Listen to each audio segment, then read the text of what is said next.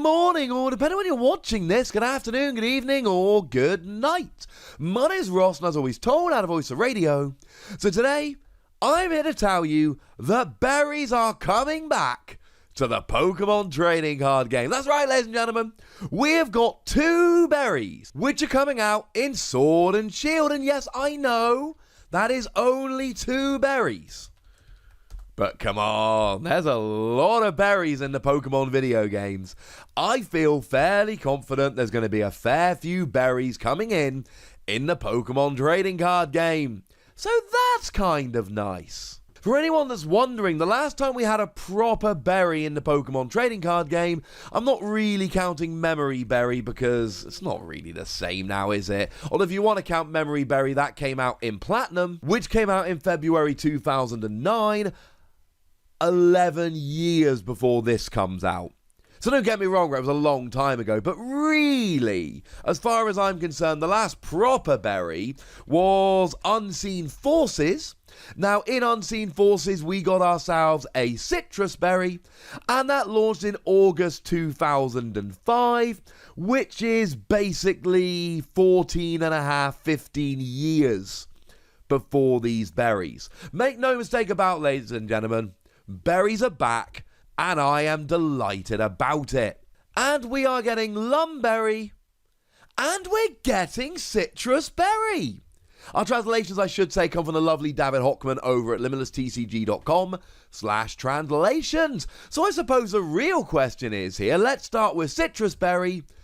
Does it do what it used to do? And if you want a fairly quick answer, yes. The old Sitrus Berry from Unseen Forces read, attach Sitrus Berry to one of your Pokemon that doesn't already have a Pokemon tool attached to it. Couldn't be Pokemon EX or Dark. If the Pokemon Sitrus Berry is attached to as a Pokemon EX or as Dark or an owner in its name, discard it. And any time between turns, if the Pokemon this card is attached to has at least 3 damage counters on it, remove 3 damage counters and discard it. The new Sitrus Berry reads, at the end of either player's turn, if the Pokemon this card is attached to has 3 or more damage counters on it, heal 30 damage from this Pokemon, then discard this card. It's exactly the same, except it removes that restriction whereby it could not be placed on Pokemon EX, Dark Pokemon, or Owner's Pokemon. This can just flat out be put on absolutely anything. It's healing 30. Now, this is a bit of a weird one, right? Because if we want to heal 30, we can just use Potion. And as a side note, Potion has been confirmed as being reprinted in Pokemon Sword and Shield. We are getting Potion back. Okay, so why would we ever use this? And the answer is because it's just there. There's no I've got to find a potion. You attach this, and then the healing is automatic. No searching for a potion, none of that rubbish, just going for it. It also means that if you attack and self-damage, you will then heal going into your opponent's turn. So if we take the adorable Eevee from Hidden Fates, for instance, it's got Spin Tackle. If you flip tails, you do 10 damage to yourself.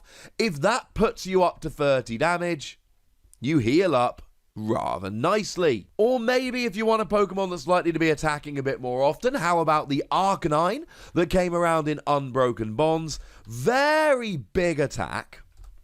And what it essentially does is 190 damage, 50 to itself, but then you would immediately heal 30.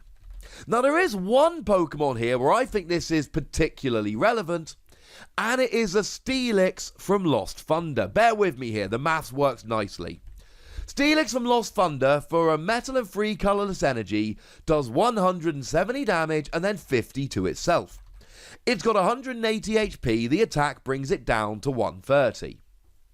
Now this is a really good tech against Gardevoir and Sylveon, but the problem is that Gardevoir and Sylveon does 150 damage. Ordinarily, they attack into Steelix, you go down to 30 HP remaining and survive. After an Iron Tackle, you go down to 130 HP, they can now KO you, But a Sitrus berry puts you back up to 160, and you are then out of range. Though do remember they can play that new Vitality Band card, which will mean they do an extra 10 and you will be exactly KO'd. My point here is, this is better than Potion for 2 reasons. It's just sitting there, you don't have to find it, and far more importantly, self-damage will immediately get healed off here. As far as I'm concerned, that's the real bonus here. You are just immediately healing any self-damage that you've done to yourself. No, that's not fair. You are healing 30 self-damage. Now, the thing to remember here is that if you don't do 30, you're not healing it off. It's why it's really good for something like Arcanine and Steelix and less good for something like Eevee, because with Eevee there's a very good chance you do 10 damage to yourself and then your opponent just knocks you out. Although to be fair, you've only got 60 HP, they might well be knocking you out anyway. It's a very fun little card. The other berry that we're going to be getting is Lumberry.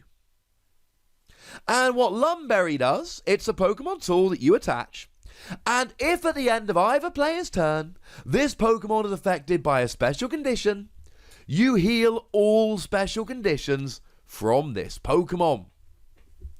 Okay. Actually, thinking about it, we've seen Lumberry before as well. I've just told you what Lumberry does, and this did exactly the same back in EX Emerald, which came around in May 2005. That's a little while ago now. Nice to have it back. I like this. This is very nice indeed. What this does is it basically makes you immune to special conditions. And this is very important. We've got other ways to get rid of special conditions, alright? Pokemon Center Lady will heal 60 while healing all special conditions. Mixed Herbs will heal 90 while removing all special conditions, but you got to play 2 at the same time. We got a bunch of ways to get rid of special conditions, but here's the thing. I've also got Life Herb, flip a coin if heads, remove 60 damage, and all special conditions. It's very cool. Now actually, none of these are particularly great options now I think about it, because Life Herb's on a coin flip, Mixed Herbs is playing 2 at the same time, and Pokemon Center Lady is a supporter, so it's not like any of them are actually phenomenal things. But you see, sometimes you need to remove special conditions immediately, because Burn puts 2 damage counters on, and then you flip a coin to see if you get healed from Burn. And Poison puts a damage counter on before it comes into your turn. What Lumberry will do is remove special conditions before they actually go on. That's why this is so good. Now you've got the other thing that we saw from Sitrus Berry here, which essentially is you never have to worry about having to find a card to get rid of it. It just happens automatically, etc. But really here, it's the fact that you can remove special conditions before they actually do anything. That's what's so awesome here. I like this. Now, the other thing that we do need to remember here is that we don't have Field Blower at the moment. And we've seen most of the cards from Sword and Shield. There's nothing coming. Now, we do still have Faber. I always have to mention Faber. But Faber's not a great option. Faber is your supporter for the turn. Your only supporter for the turn. And it doesn't do anything else. It doesn't draw you any extra cards. The only thing that Faber does is just remove a tool. Though you can also use it to get rid of a special energy or a stadium. But my point here, very simply, is no one's really playing Faber. The odd person here and there, but Faber's not seeing a huge amount of play. Which means that what you can do quite nicely here is play these cards safe in the knowledge that you're not gonna lose them. That they're gonna be fine. And they're going to stay there, and when you need them and when you're ready, they will be there for you. I love it, ladies and gentlemen. Don't get me wrong, I don't think they're going to necessarily set the world on fire. And I don't think that they're going to be played in every single deck.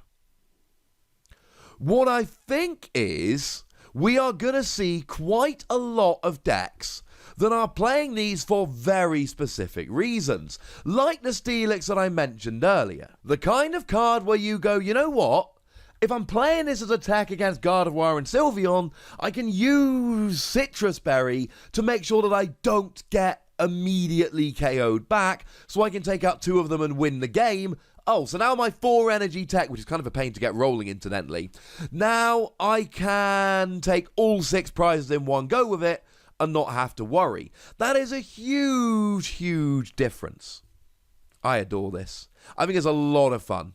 So I'm going to give the pair of them between 3 and 4 Wassies. They're not amazing staple cards in every deck. What they are is really good cards for specific matchups and exactly the kind of things we need in the format. But I'd like to know what you think, ladies and gentlemen, so let me know in the comment section. Go nuts, be nice. And then make sure you like this video, subscribe to this channel, follow me on Twitter at The Wassie, and Twitch for some live action at twitch.tv/PTCGRadio.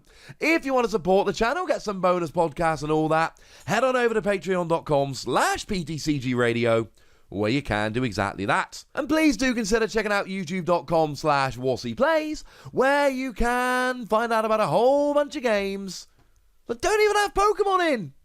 But by far the most important thing is always, look after yourselves till next time, would ya?